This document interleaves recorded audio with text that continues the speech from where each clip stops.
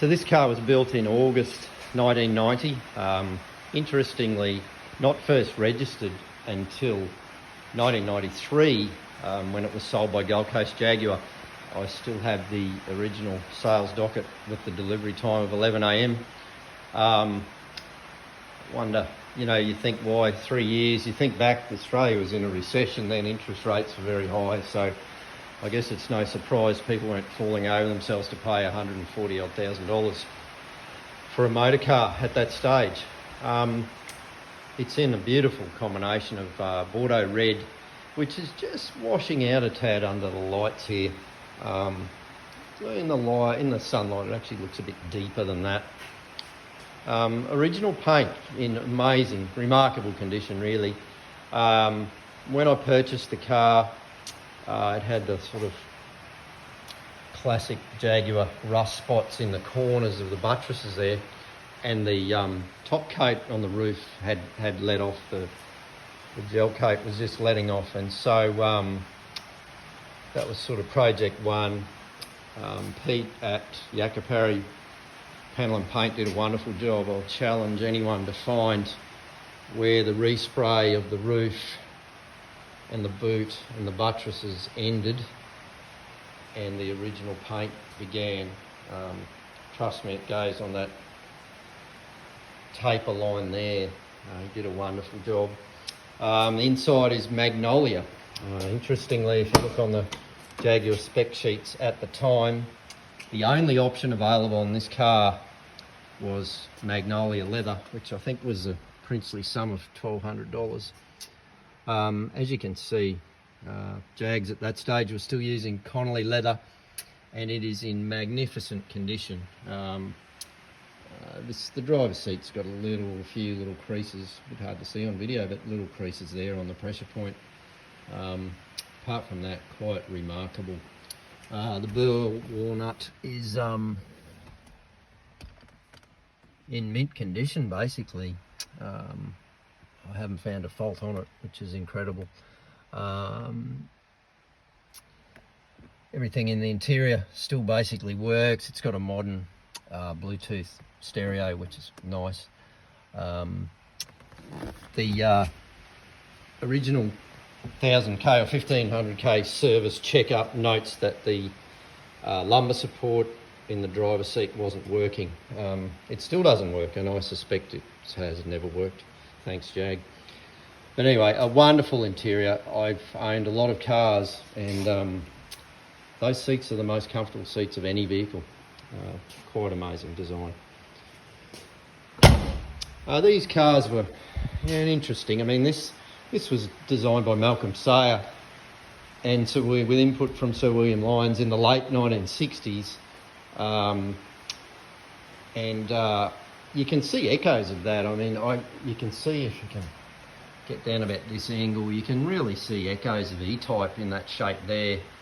And also that early 70s or late 60s design where we still had that real curve to the bottom of the body there, to the rails, which sort of disappeared fairly quickly from car design. Controversial at the time. I mean, the flying buttresses were controversial at least, ugly at worst, according to the press of the time. But I think they've aged like good wine, and I'm not alone in saying that. People sort of generally concur it's a very stylish design and has remained quite desirable. I can remember as a kid, you know, as a child of the 70s, I thought these things were pretty amazing to see cruising down the road. The previous generation, you know, oh, it's not an E-Type and it's not as pretty as an E-Type, and I don't think it's pretty as an E-Type, but it's certainly a wonderful looking car to my eye. So they were made all through, so launched in 74, first built in 74, launched in 75, I believe, made all the way through to 1995 when they did a £50 million restyle, which tidied up the interior somewhat and modernised the V12 and redesigned the taillights but kept the flying buttresses. So they were made for a long time. These ones, I think the 89 year were the first lattice wheels, 15 inch. By 92 they'd gone to 16 inch. The 15 inch lattices, which I think are probably the pick of the XJS wheels, certainly they've aged better than the preceding lozenge wheels. The early 70s wheels are still pretty nice, the alloys, and much sought after and very expensive. It's a lovely car to drive. I guess not fast by modern standards. 212 kilowatts on launch. Then you've got the GM Turbo 300 probably stealing 20 of those kilowatts at least, depending on who you talk to. But it's certainly swift. Probably not built for our ridiculously low speed limits, to be honest. It's probably a car that's happier at 130 k's an hour, certainly, than 100 k's an hour. It's wonderfully smooth. The engine's wonderfully smooth. The suspension and the ride handling balance is probably better suited to our terrible central Queensland roads than a lot of modern sports cars, to be honest. It's a soft car without being a floaty car. So on our mid-corner, off-camber undulations and patched roads, it actually at times you can put this thing through corners quicker than a modern sports car riding on 20s or 21s with low profile tyres, because it absorbs the bumps remarkably and is really pretty unfazed by those disturbances. It's very quiet inside. It's probably frustratingly quiet to some degree. That the V8 really isn't allowed to talk to you much. A nice snarl above 3,500 revs. This car is very, very original. Even down, as I said, original paint, even down to the fog light covers with the growler on them, which I only put on for photos and videos and shows, because the covers, interestingly enough, are now worth a lot more than the pretty bog standard halo lights that lie beneath. So nice little growler covers there. So we've got the standard exhaust, which is pretty restricted.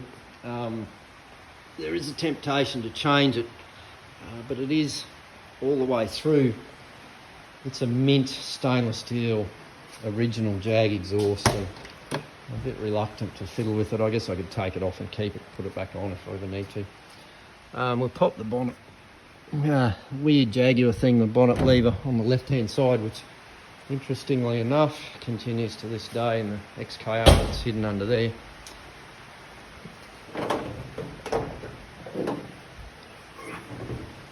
So under the bonnet we have one of the later versions of the Jag V12, which was, I believe, originally designed in the late 60s, first put into the E-Type in carburettor form, and into the XJ12 in limited numbers of the XJC, and in a lot of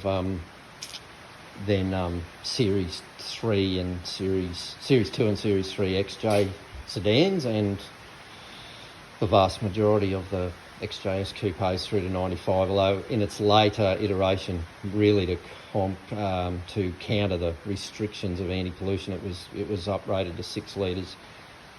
These are, I guess, frustrating and exciting at the same time.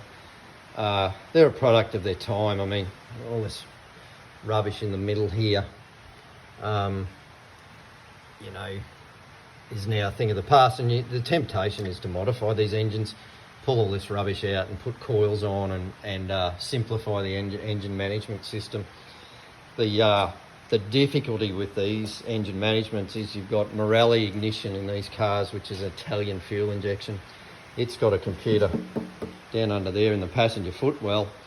It's got to talk to the Jag ECU, which lives in the boot, and that can lead to some frustrations at times.